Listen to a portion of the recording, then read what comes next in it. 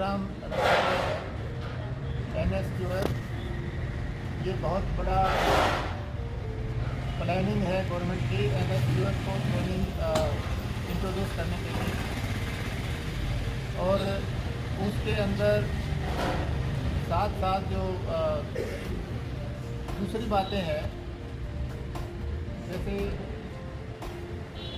Human values वाली जो बात थी, जो इसके अंदर टॉपिक रखा गया है, जिसके लिए हमने ये सोचा कि स्वामी जी से बेहतर इस टॉपिक को कोई अच्छी तरह ऐसे ही कोई लड़का कसाब नाम का AK-56 हाथ में लेकर के चोरी समुद्र के नीचे, नौका के नीचे छुप करके पानी में डूबा डूबा भारत की सीमाओं में महाराष्ट्र मुंबई में प्रवेश किया। रेलवे स्टेशन पर, बस अड्डों पर, फिर ताज होटल में। वही कार्य तो वही है कि सामने आने वाले मनुष्य, डॉक्टर, इंजीनियर, ऐसे ऐसे commissioner, IAS officer, police officer, ऐसे ऐसे नौजवान फौजी मैं पैदा करूंगा, मैं ऐसे व्यक्ति का निर्माण करूंगा जो इस राष्ट्र के लिए समर्पित भावना से कार्य करने वाले। देखिए, अब जब बात हो रही थी ना, बोले ये तेजिंदर मैडम बोले अब आपका कॉलेज है ना यूनिवर्सिटी बन जाएगा, उनको मैं तो प्रार्थना करूँ। देखो आप कर लो। आज की शुरू पड़ी है, 8 साल में अभी पता लग रहा है आप योजना कह रहे हैं कि हरियाणा सरकार ने 2000 अब प्रॉब्लम क्या थी, उसमें गवर्नमेंट सपोर्ट नहीं करती थी इंटरमीडिएट जॉब्स के लिए। और दूसरी बात हम कह रहे हैं ना कि बच्चा करता है, बिल्कुल मैंने बात सही की है, लेकिन हम जिन बच्चों को स्लमडेरी के बच्चों को पढ़ाने में जॉब्स की बात छोड़ी है, और मैं कह रही हूं 18,000 इज नथिंग, बट जिसके घर में ऑलरेडी बेचारे को जिसके फादर को 10,000 मिल रहा है, 18,000 is more than exactly ma'am. यही तो स्टेज में पड़ेगा। मेरा भी रिजल्ट खराब करेगी। मैंने उसको ना वैसे 2 क्वेश्चन इजी से दिए लिखने के लिए, और उस लड़की ने जब पेज मुझे दिया ना, मैं हैरान हो गई कि उसकी हैंडराइटिंग इतनी अच्छी है। मतलब मैंने वो हैंडराइटिंग वाला पेज ना जाके प्रिंसिपल को भी दिखाया, हमारे मैम को, और 2-3 टीचर्स को भी दिखाया। मैं कहा आप सोच सकते हैं ये हैंडराइटिंग इस बच्चे की है, यानी इसके अंदर है कुछ, उसको हमें निकालना चाहिए। और मैंने उसको इनरोल किया मेरे पास, और उस लड़की की मेहंदी इतनी अच्छी थी ना, बहुत बढ़िया, नेल आर्ट इतना अच्छा करती थी, मेहंदी बहुत अच्छा करती थी। ठीक है, बाकी और केमिकल नहीं कर पाती थी, लेकिन मेहंदी और नेल आर्ट, ड्राइंग वो इतना बढ़िया करती थी। और वो लड़की 12th पास आउट है, अब घर में वो खुद ब्यूटी का काम करती है। ठीक है, पर्सनल ग्रूमिंग। अब आप सोचेंगे कि हैंड वॉशिंग हम कैसे करवाएं, आप करवाते होंगे, करवाते हैं ना, तो आपने बच्चे को बताना है बेटा ये एक स्किल है, हैंड वॉशिंग एक स्किल है, आपने उसको इजी तरीके से बताना है। ग्रुपिंग कर दी, ठीक है, एक्टिविटी के थ्रू करवाया। स्किल की बात करें जो मैंने छोड़ दी, मैं ये नहीं कह रही मैं स्किल सारी बता चुकी हूँ, स्किल्स हमारी आती है, बहुत सारी स्किल्स हैं।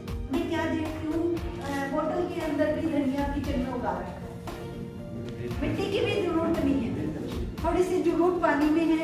एग्रीकल्चर आप किचन में अपना धनिया जो पालक जो कुछ भी है वो छोटे छोटे हैंगिंग्स में कर सकते हैं। और हैंगिंग के लिए भी जरूरत नहीं है आपको, घास फूस के ऊपर भी हैंगिंग हो सकती है। जोड़ आप जो पुराने सीड्स के बड़े बड़े भुट्टे का है, भुट्टे का जो वो है ना ऊपर से बाजरे का वो निकाल लिया, उसको भी प्रयोग में ला रहे हैं, किसमें उसकी लुगदी बना के उसको सीड्स के जर्मिनेशन के लिए सारा कुछ। तो कितनी सारी स्किल है, कितनी सारी दक्षता है। अब का जो बच्चा आएगा ना वो जुगाड़ से नहीं होएगा, प्रशिक्षण ट्रेनिंग जो हमारे वोकेशनल टीचर आपको बता के जाएंगे ना, अगर वही बात मैसेज आप बच्चे को कराएंगे और आप ही बता सकते हैं, क्योंकि हमारा जो शिक्षक है वो ऑलवेज राइट होता है, सही है। डॉक्टर की बताई हुई दवाई नहीं खाता, टीचर मैडम ने बता दिया वो खाएगी। जितने भी बच्चे पढ़ के जाएं, जितने स्टूडेंट्स पढ़ के जाएं, नॉलेज बेस के साथ साथ एक एडिशनल सब्जेक्ट, वोकेशनल सब्जेक्ट को ऐड ऑन कर दिया जाए ताकि वो स्किल बन जाए। और आज का जो टाइम है, आपसे एक चीज पूछ रहा हूं, आज का टाइम कौन सा है, मल्टीटास्किंग का या सिंगल टास्किंग का? जिस पर्सन के पास सिंगल टास्क है ना वो सक्सेसफुल नहीं है। ठीक है जी, एटलीस्ट हम अपने बच्चों को भी क्या बोलते हैं, लाइट खराब हो जाएगी बल्ब तो चेंज कर ले। ठीक है, आपको मैं एक हल्की सी चीज बताता हूँ कि इंडिया में और चाइना में चाइना के अंदर एम्प्लॉयबिलिटी कितनी है, अनएम्प्लॉयबिलिटी है वहां पे 0% रेशियो है, 0%। The thing is that 5th और 6th स्टैंडर्ड से बच्चे को वो कोर्सेज, वो सिलेबस, वो पढ़ाया जाता है जो उसने आगे चल के एक और चीज हमारे लिए चिंता का विषय बनने लग जाती है और वो है भविष्य।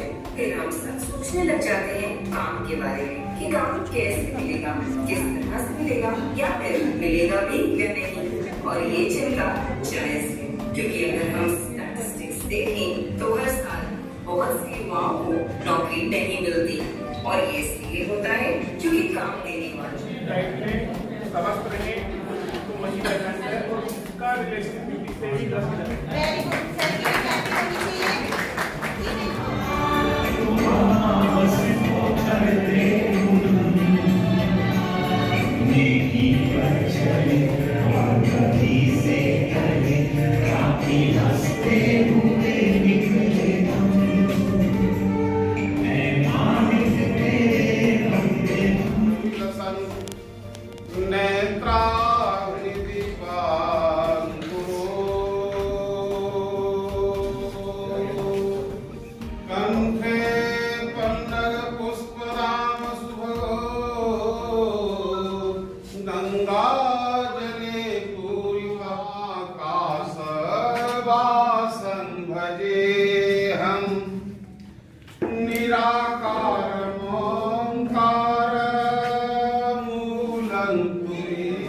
बच्चे पढ़ क्यों रहे हैं, लेकिन इंटरेस्ट कैसे ताकि वो बच्चा संस्कृत में ही रहे, उसका इंटरेस्ट भी आप ही को बना के रखना है।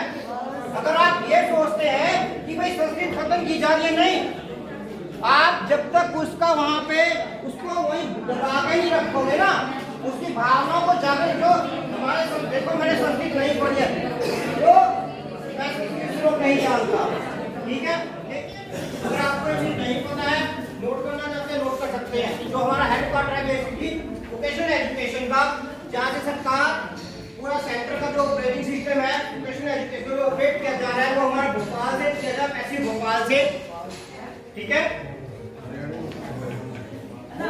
ये सारी की सारी चीजें उसके बाद एनसीएफ 2005 के बाद आई, और एनसीएफ 2005 में बना तो टीचर एजुकेशन का भी चेंज हुआ।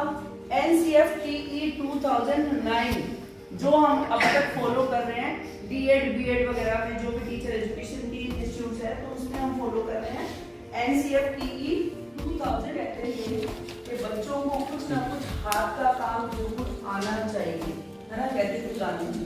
बुनियादी शिक्षा की जो बात करते थे कि बच्चों को हाथ का काम आना चाहिए, उनके पास कोई ना कोई स्किल जरूर होनी चाहिए। और वो बात भी करते थे कि स्कूल ऐसे होने चाहिए कि बच्चे काम करेंगे, उससे जो सामान बनाएंगे वो जो पैसा है स्कूल में यूज होगा, इस तरीके की बात भी करते थे। वो चरखा काम करते ही थे और भागते भागते जंगल से पार हो रहा था, वहाँ एक वाकई नाई की दुकान क्या जो भी वहाँ एक बूढ़ा सा बैठा था, वहाँ गया कि बाबा मुझे पानी पिला दो, कहा तेरा नाक किसे कट गया है। अब वो ये हिंदुस्तानी था, वो अंग्रेज था। मैंने बताया था कि बच्चे पेरेंट्स की ये स्थिति है, एसएमसी में किसी है, ठीक है, तो प्लीज हाँ जी, हमारे पास फिलहाल जो है जो हमारे एनएसएफ के स्कूल हैं उनमें लगभग 15 यूथ को डेवलप करने की जरूरत है। इंडिया में 70% of India 728 million are less than 35 years of age. हमारी पॉपुलेशन के हिसाब से 728 जो मिलियन हमारी जो पॉपुलेशन है वो 35 इयर्स से कम की है। Employment entrepreneurship is possible with vocational training only, vocational education only. Entrepreneurship पता है आप लोगों को, स्टार्टअप बिजनेस आइडियाज, क्योंकि आजकल का जो बच्चा है कई बार जॉब नहीं करना चाहता है, कुछ अपना बिजनेस स्टार्ट करना चाहता है, तो वो भी किससे कर सकते हैं, वोकेशनल एजुकेशन एंड ट्रेनिंग से ही कर सकता है। क्योंकि वोकेशनल एजुकेशन ट्रेनिंग में कुछ इस तरह की कोर्सेज गवर्नमेंट लेकर आती है जिससे बच्चा अपना कुछ बिजनेस आइडियाज के साथ छोटे छोटे स्टार्टअप शुरू कर सकता है। बात करने से पहले मैंने यहाँ पर एक वर्डिंग लिखी है कि knowledge has to be challenged, improved and increased constantly और इट वैनिश। ये बहुत बड़े विचारक हैं पीटर ड्रकर, आप इनको गूगल पर भी सर्च कर सकते हैं। मैं काफी सालों से इस स्टडी पर काम कर रहा हूँ कि कि जो हमारा ज्ञान है, जो हमारी नॉलेज है, उसको चैलेंज किया जाना चाहिए, इम्प्रूव किया जाना चाहिए और इंक्रीज किया जाना चाहिए, नहीं तो वह खत्म हो जाता है। ये आप किसी भी अपने टॉपिक के बारे में कर सकते हैं। आप ये देखिए कि कोई ऐसा एक टॉपिक है कि आप साइंस विज्ञान के बीच में है कुछ अध्यापक, यदि आप मान लीजिए विद्युत मोटर या कोई भी एक टॉपिक उठा लीजिए, उसके बारे में 5 साल तक नहीं पढ़ेंगे, तो आप उसमें एक हमारी नॉलेज का, हमारे सीखे गए का, हमारी किसी बात की श्रवण का, सुने गए का 50% भाग 24 घंटे में हम हो जाते हैं। 50%।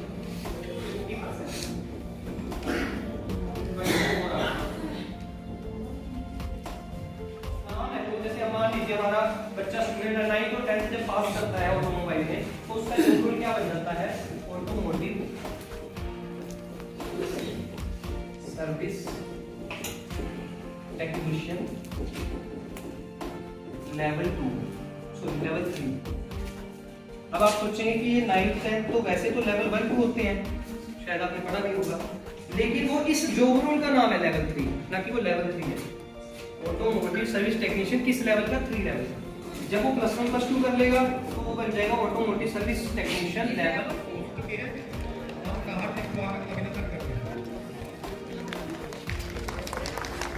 जोरदार तालियों के साथ डाइट प्राचार्य डॉक्टर महासिंह सिंधु जी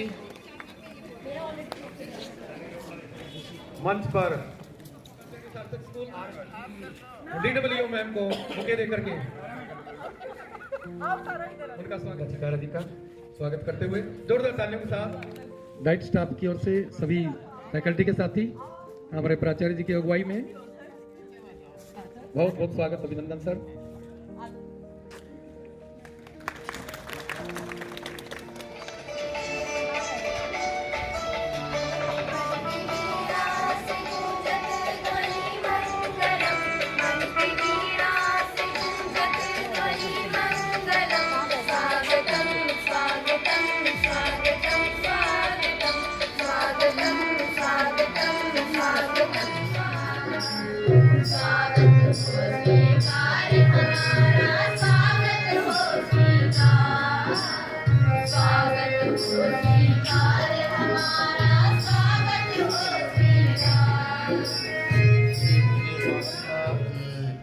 NSQF से संबंधित जो न्यू एजुकेशन पॉलिसी में काफ़ी इसको इम्पोर्टेंस दी गई है।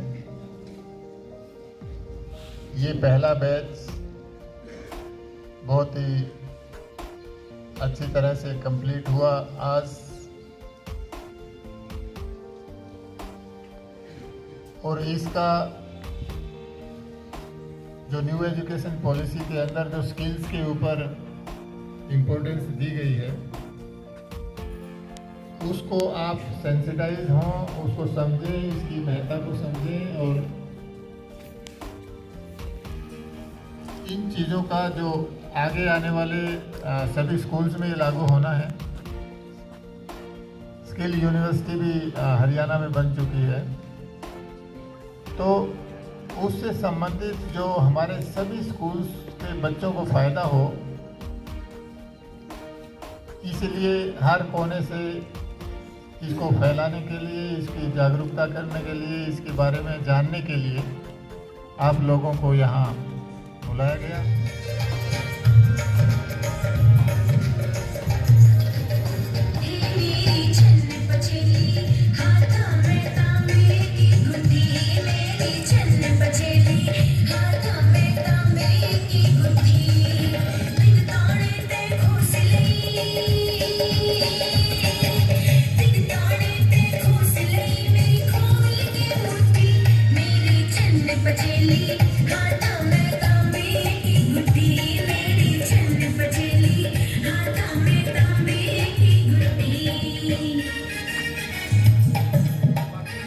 NCERT से ट्रेनिंग लेकर के आए थे, वे टीचर, वोकेशनल टीचर और हमारी डाइट फैकल्टी के टीचर, और साल में जो बैग फ्री 12 दिन 10 से 12 दिन रखे गए हैं, उसमें बच्चों को पूर्व व्यावसायिक शिक्षा दे करके व्यावसायिक शिक्षा के काबिल बनाने का इसका उद्देश्य है कार्यक्रम का।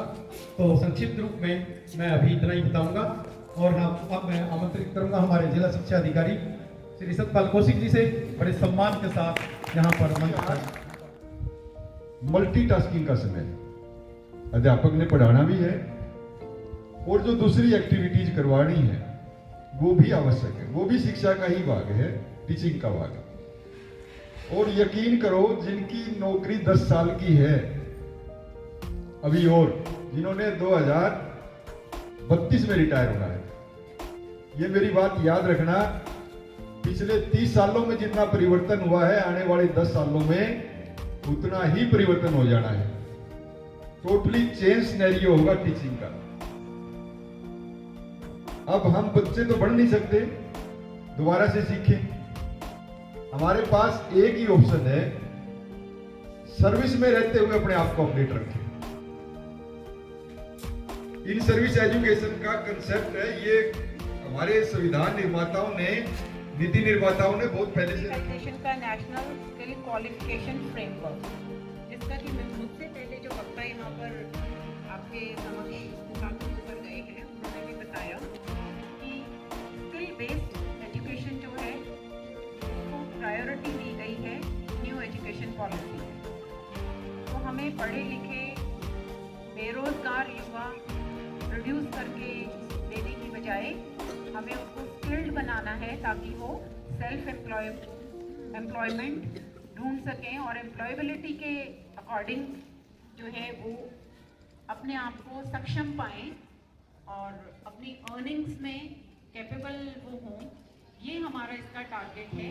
और जैसा डीओ सर ने भी आपको बताया कि पहले 11th-12th में, फिर 9th ऑनवर्ड्स 4 इयर्स का हमारा ये प्रोग्राम है।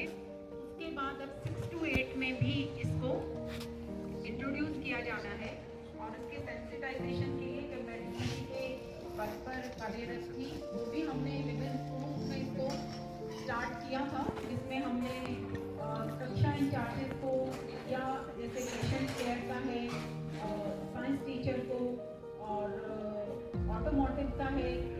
तो ये NSQF की ट्रेनिंग प्रोग्राम डाइट की तरफ से रखी गई, इसके लिए मैं डाइट स्टाफ का बहुत आभार व्यक्त करता हूँ। इतना महत्वपूर्ण कार्य के लिए हमारे विद्यालय को चुना। इस दौरान हो सकता है कि हमारे से कोई कमियाँ रह गई हों, इसके लिए मैं आपसे क्षमा चाहूँगा। और निस्संदेह जैसे बताया गया है कि ये बहुत अच्छा प्रयास है NSQF की ट्रेनिंग जो लागू की गई थी। बड़ा मुश्किल था बच्चों को इसके लिए मोटिवेट करना, क्योंकि मैं स्टार्टिंग में उसका प्रिंसिपल था बनाना, बड़ी मुश्किल से बच्चों को तैयार किया था NSQF देने के लिए। लेकिन आज की डेट वो है कि हम बच्चों को मना करते हैं कि निश्चित डेवलप हो गई हैं, अब NSQF की ट्रेनिंग अपनी आप लोग भी अगर प्रयास करेंगे 6 से 8 के लिए ये बहुत अच्छा रहेगा। मैं एक बार फिर से आप सभी का यहाँ आगमन पर हार्दिक धन्यवाद करता हूँ।